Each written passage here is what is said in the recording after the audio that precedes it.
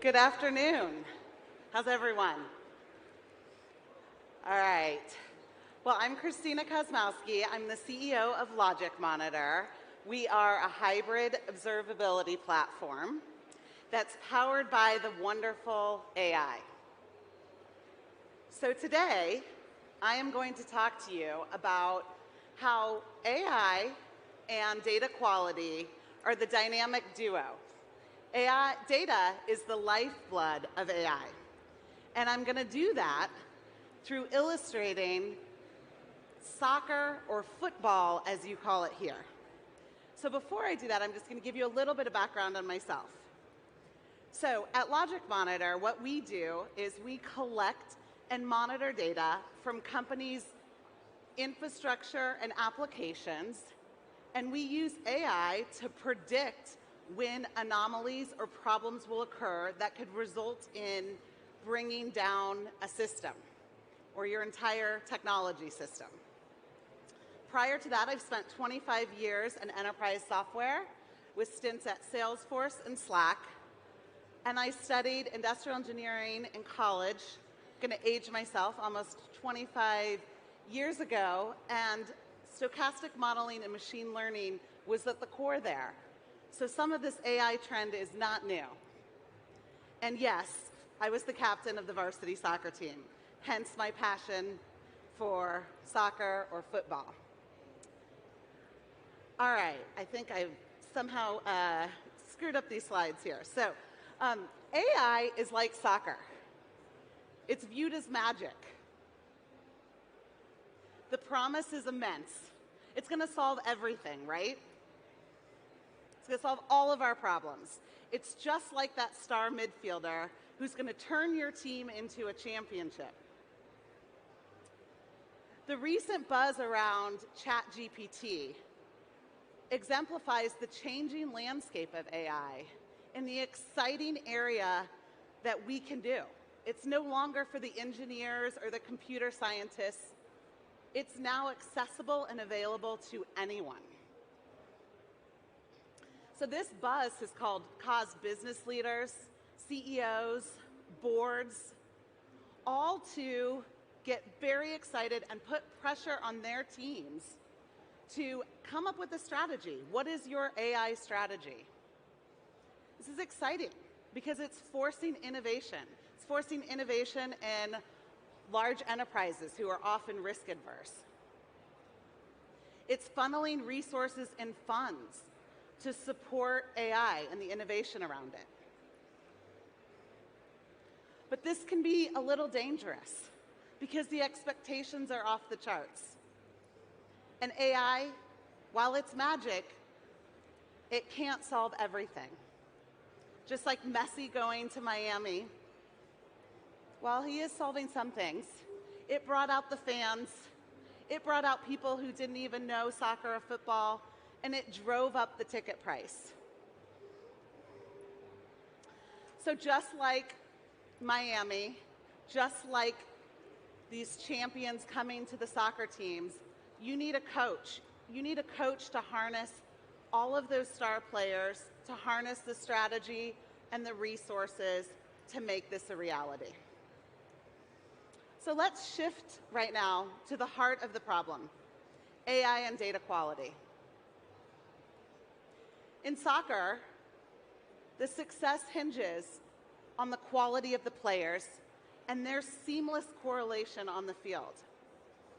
Similarly, in the world of AI, it's about having the right data and ensuring that it's accurate and reliable.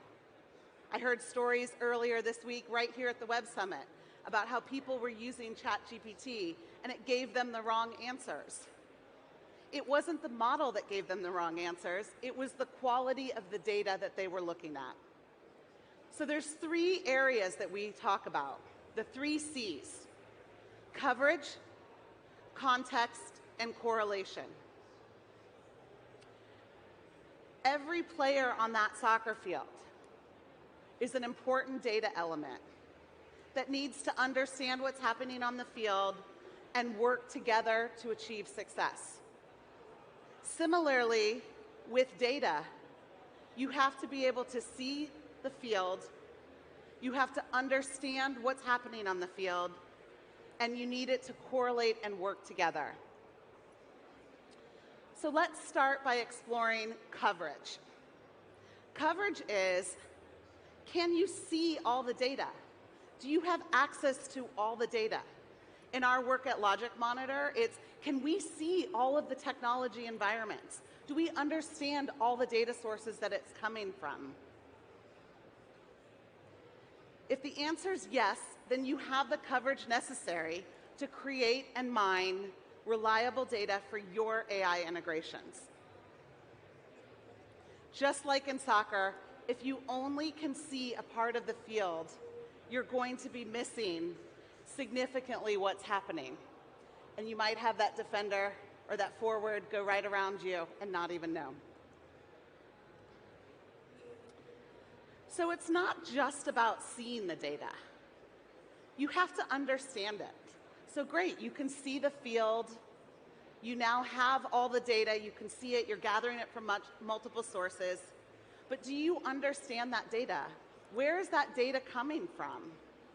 Is that coming from your systems and tools? Is it coming from your internal company's knowledge base? Do you deeply understand it? So same with soccer. Does that midfielder understand what's happening in the game? Do they understand who's attacking, who's defending, what's the score? How does that change your strategy? And then finally, it's about correlating. So you now see the field, you've got that data coverage, you have the context, you understand what's happening, and now you need to orchestrate all of your data, you need to orchestrate the team on the field in unison to be able to go score that goal, to be able to win that game.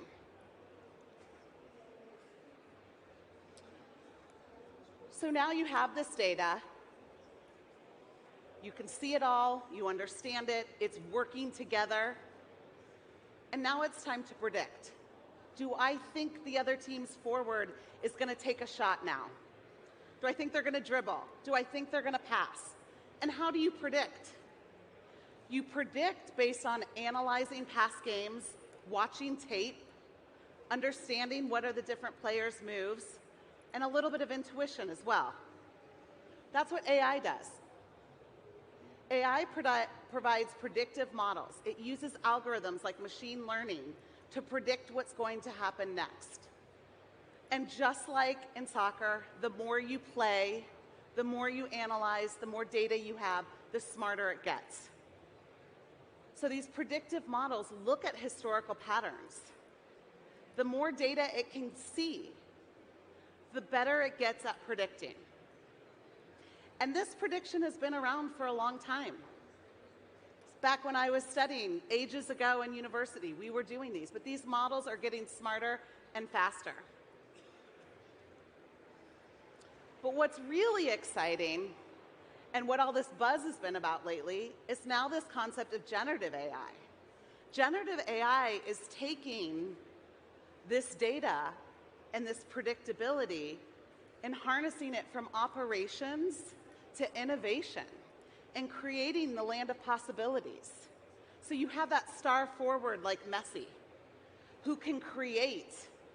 He takes all that prediction, but then he creates an amazing move. He creates a play that is magic, truly magic on the field. Generative AI is just that. It's creating this interaction. It's taking that predictability one step further and imagining, how do you recommend? How should you think of new market strategies for your company? How do you get new revenue streams?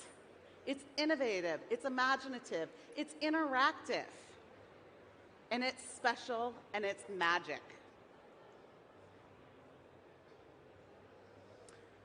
So soccer, like AI, it's a dance between strategy and adaptability.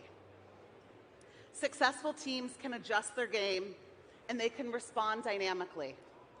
Machine learning's been around for years. People have been using these algorithms, but now there's greater pressure. There's more innovation coming out. And there's room for experimentation. Now is the time to experiment. Be adaptable, adjust. It's about learning from the data, learning from the algorithms, and continuously staying ahead. So the benefits now of AI are extending beyond efficiency, and they're solving real-world problems that are leaving a lasting impression. So as we wrap up today, envision the future of AI as your championship game. The pitch is your data field. The players are the diverse data sets. They're contributing to the unique strengths. The sum of the parts are truly greater. The success of your team, your organization, you as an individual, lies in how well you can see that data, understand that data, correlate, predict, and now interpret and interact with those strategies. So let's continue to appreciate AI, savor this dance of data and algorithms, and celebrate the moments when it comes together beautifully. So thank you all. Let's keep playing this beautiful game of AI and soccer. Every data point matters, and I encourage you to get out there and experiment.